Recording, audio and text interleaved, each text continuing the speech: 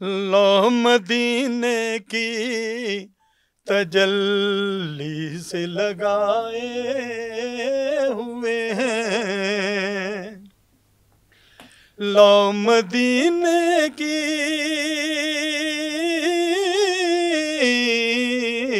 लो मदीने की तजल्ली से लगाए हुए हैं।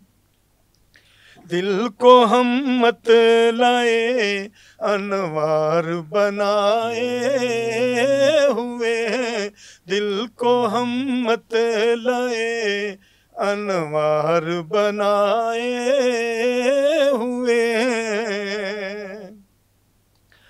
और कश्तियाँ अपनी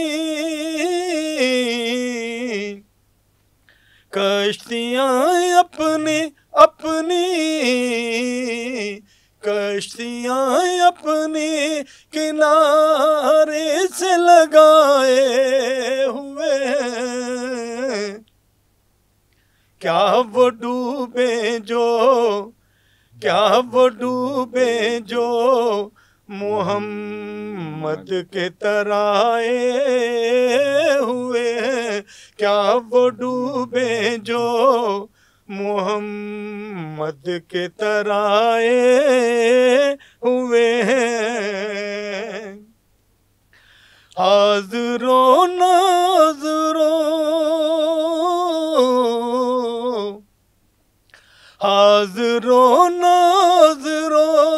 नूर बशर गैब को छोड़, शुक्र कर वो तेरे ऐबों को छुपाए हुए हैं। सुभान अल्लाह। शुक्र कर वो तेरे ऐबों को छुपाए हुए हैं। नाम आने से नाम आने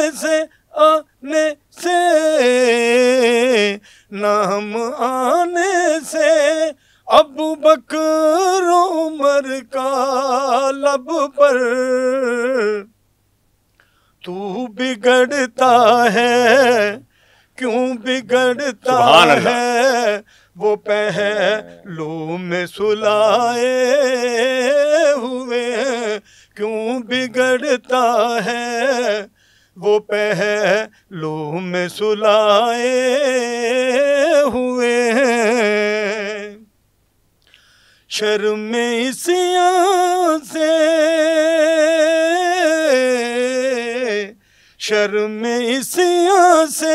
नहीं सामने जाया जाता।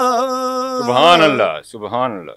ये भी क्या कम है तेरे शहर में आए हुए हैं, ये भी क्या कम है तेरे शहर में आए हुए हैं। क्यों न पलड़ा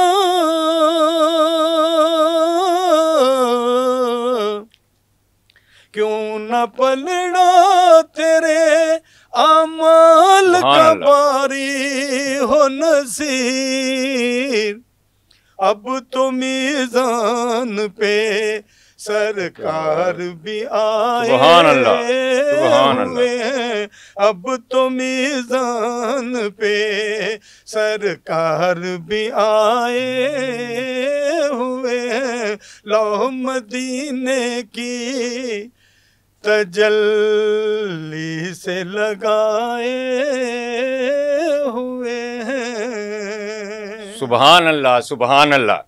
रबीउल अव्वल की मुनासबत से आज हमारे मेहमान जो हैं अजीम नात ख़वान हैं हकीम नज़ीर हुसैन मदनी साहब।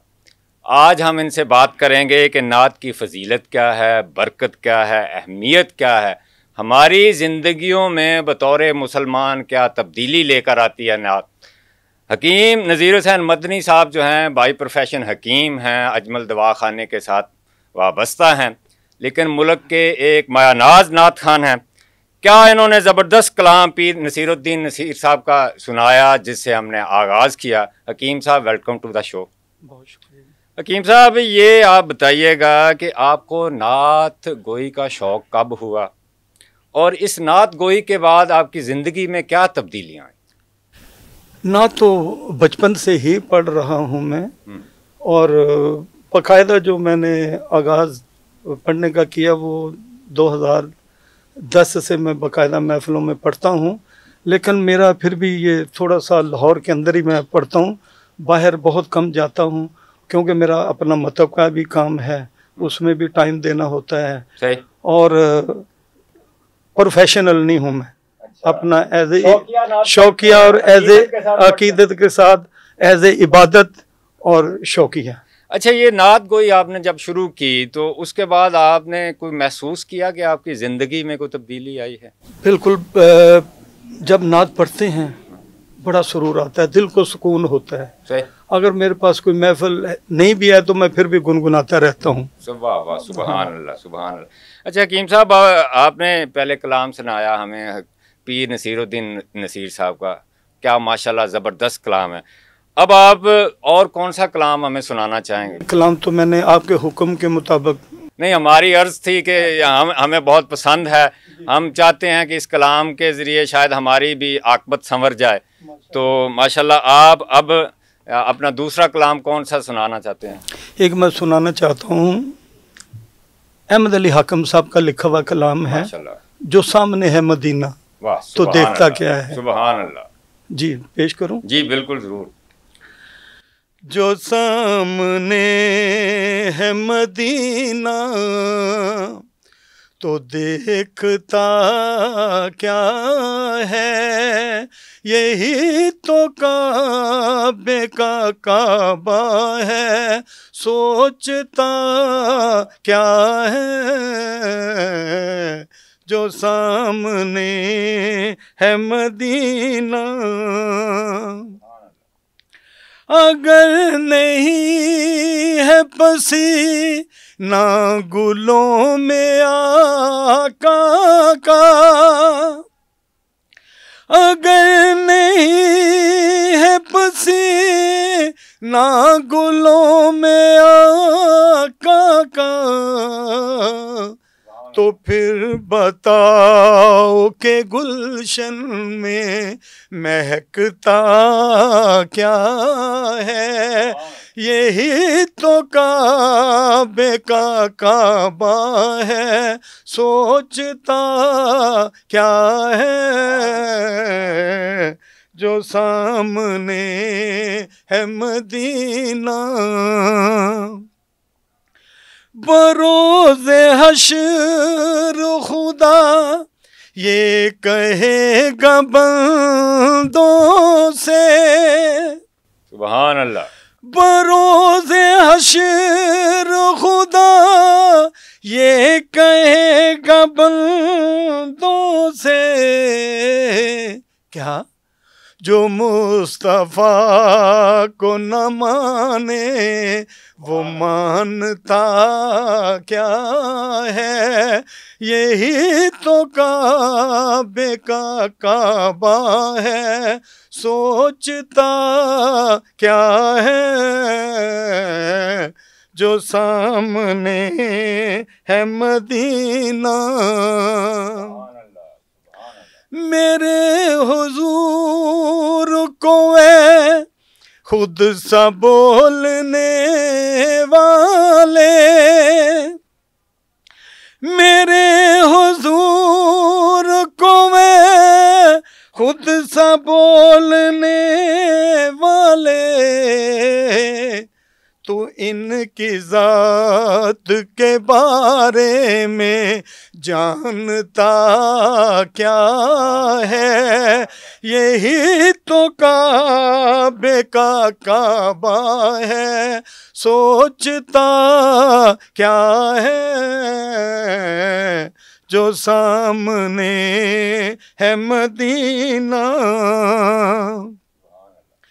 तेरी गली को ही मांगा है जाके जन्नत में, तेरी गली को ही माँ गाए है जाके जन्नत में, तो इस पे बोले फरिश्ते ये मांगता क्या है, यही तो काबे का काबा है, सोचता क्या है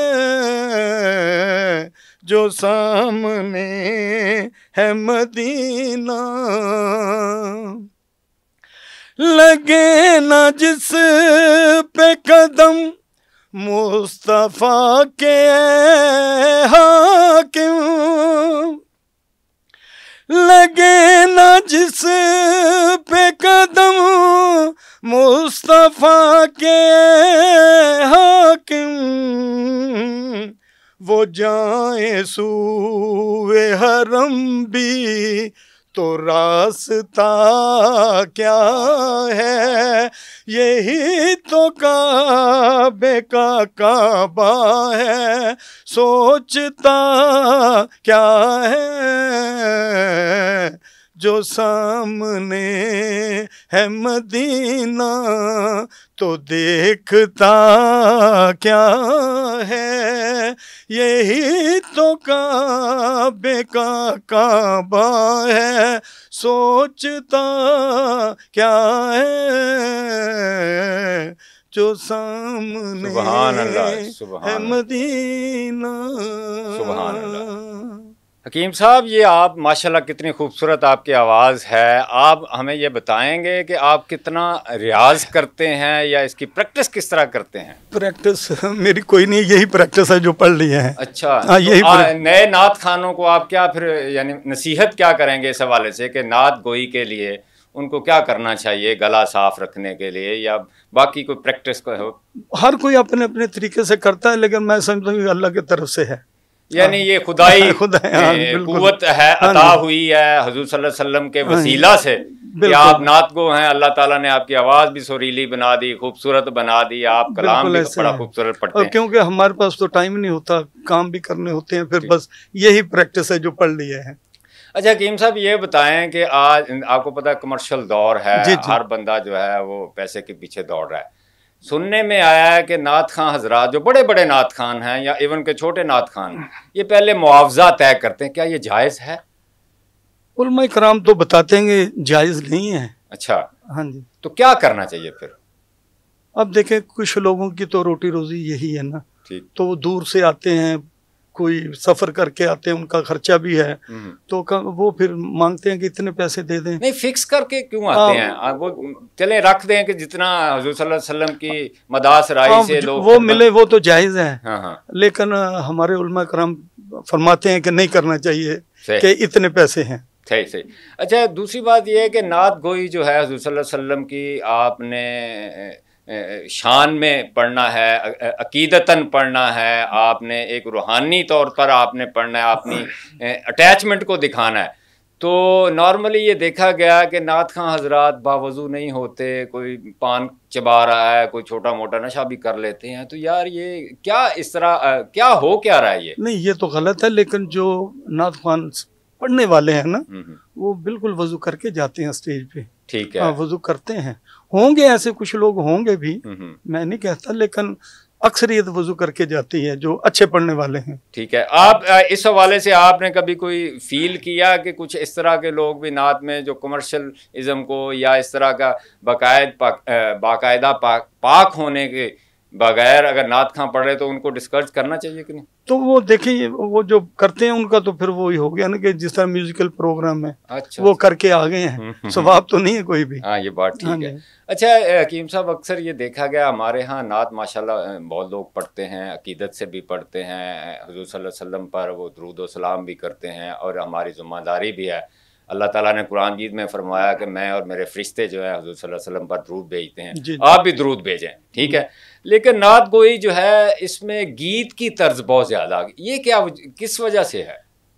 गीत की तर्ज पे उलमा इकराम ने फरमाया कि नहीं होना चाहिए, कुछ उलमा इकराम फरमाते हैं कि ठीक भी है। अच्छा। हाँ, अब ये फैसला नहीं हो पाया अभी तक। अच्छा, नहीं वो म्यूजिक भी है, अब पहले होता था दफ पे, हुज़ूर सल्लल्लाहु अलैहि वसल्लम के दौर में भी दफ थी। जी जी, ठीक है ना। जी, हसन बिन साबित रज़ी अल्लाह ताला अन्हु से आप फरमाइश करके नात सुनते थे, जी, वो कसीदे सुनाते थे, दफ भी बजाई जाती थी। लेकिन अब तो एक पूरा नात खां के साथ, जिस तरह वो एक गुलूकार के साथ पूरा सेटअप होता है, नात खां का भी सेटअप होता है। ये कोई, यानी मुझे तो कोई ये अकीदत नज़र नहीं आती, ये तो कमर्शलिज्म नज़र आता है। हाँ, बस वो कुछ कमर्शियल हो गया है। हाँ।